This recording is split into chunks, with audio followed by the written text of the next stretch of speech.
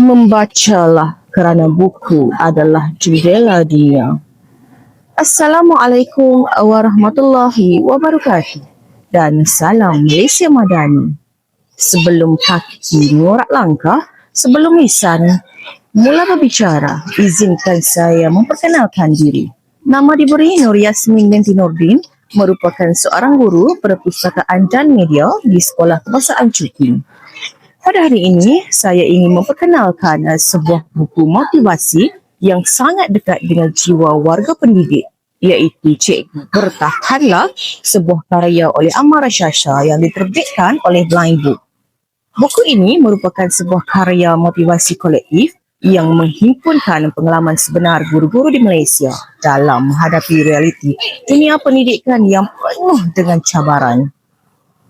Buku ini ditulis bukan untuk menghakimi, tetapi untuk memahami, menemani dan menguatkan para pendidik agar terus tabah serta profesional dalam menjalankan amanah mendidik anak bangsa.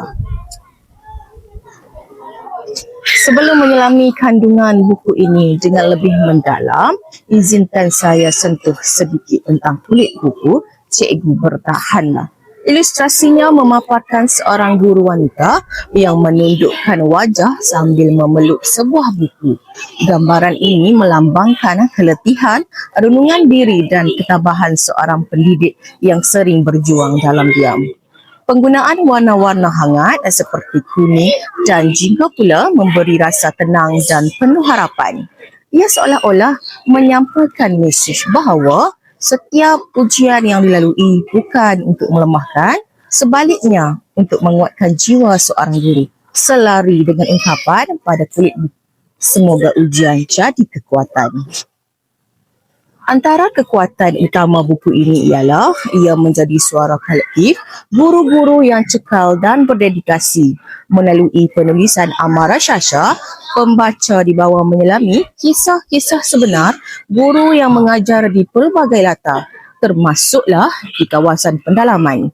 Terdapat kisah guru yang terpaksa meredah banjir, melalui jalan berlumpur dan berdepan cuaca ekstrim demi memastikan murid tidak tercicir daripada pendidikan.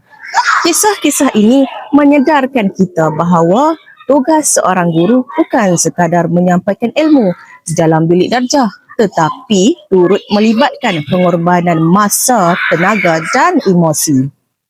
Selain itu, buku ini turut mengupas cabaran pendidikan dalam era digital.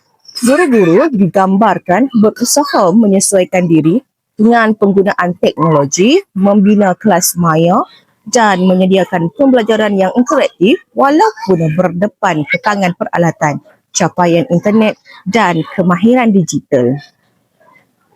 Menariknya, Cikgu Bertahanlah ini tidak hanya memaparkan cabaran, malah turut menyediakan panduan yang praktikal pengurusan stres. Antaranya ialah teknik pernafasan, penulisan jurnal, amalan refleksikan diri serta kepentingan rakan sejawat bagi mengekalkan keseimbangan emosi dan mental.